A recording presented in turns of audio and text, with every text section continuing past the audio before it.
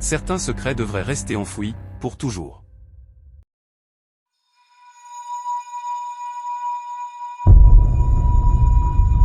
Paris est connu dans le monde entier comme la ville lumière. Mais sous l'éclat de la tour Eiffel et le tumulte des Champs-Élysées, se cache un empire de silence et d'ombre. Un labyrinthe de 250 km de galeries, où reposent les restes de 6 millions d'âmes. On les appelle les catacombes. Pour la plupart des touristes, c'est un musée macabre. Mais pour ceux qui connaissent les légendes urbaines, c'est une porte vers l'enfer. Car dans les profondeurs, là où aucune carte officielle ne s'aventure, certains secteurs ont été murés pour une raison que l'État préfère garder secrète. On dit que quelque chose a muté dans l'obscurité. Quelque chose qui n'a plus rien d'humain. Julien n'était pas un amateur. En tant qu'explorateur urbain chevronné, il avait parcouru les toits et les souterrains de l'Europe entière. Mais tout a changé le jour où il a vidé le grenier de son grand-père, un ancien géomètre de la ville de Paris disparu mystérieusement dans les années 90. Entre deux vieux relevés topographiques, Julien a trouvé un carnet en cuir noir, scellé par un élastique moisi. À l'intérieur, des croquis frénétiques, des calculs de profondeur abyssaux, et une mention qui revenait sans cesse, le secteur 13. Une zone qui, officiellement, n'existe pas. Sur la dernière page, une croix rouge marquait un point précis sous une église gothique abandonnée en banlieue parisienne. Contre tout bon sens, Julien décida d'y aller, seul, avec pour seule protection sa caméra et une lampe torche. Cette nuit-là, Paris subissait l'un des plus violents orages de la décennie. Julien se glissa dans l'église en ruine, évitant les patrouilles de police.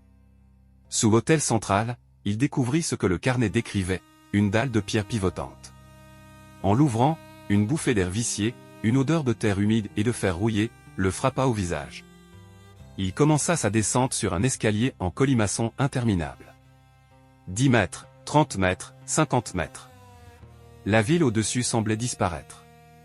Le silence devint si épais qu'il pouvait entendre le battement de son propre cœur. Arrivé en bas, il entra dans une galerie que personne n'avait vue depuis des décennies.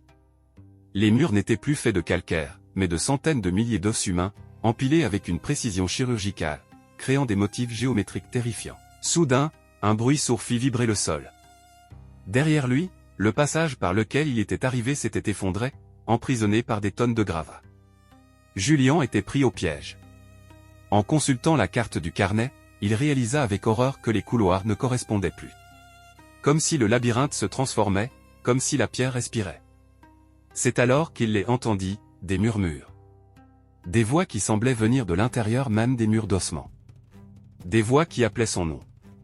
En tournant un angle, il tomba sur une salle rituelle. Une table de sacrifice en basalte, entourée de bougies qui brûlaient encore d'une flamme noire.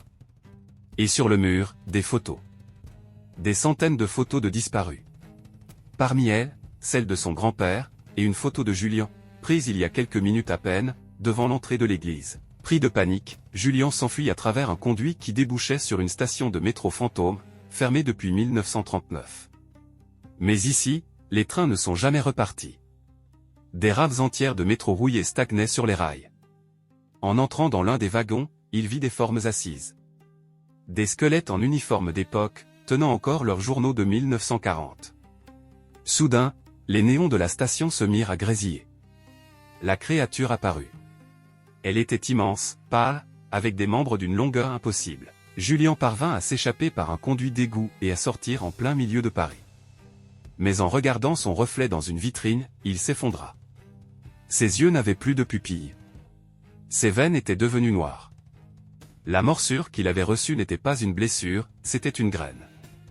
Lentement, Julien souleva à nouveau la plaque d'égout et disparut pour toujours, rejoignant l'armée de l'ombre. Alors, la prochaine fois que vous entendrez un bruit étrange venant d'une bouche d'égout, ou que vous sentirez un courant d'air froid remonter du métro, ne cherchez pas à comprendre.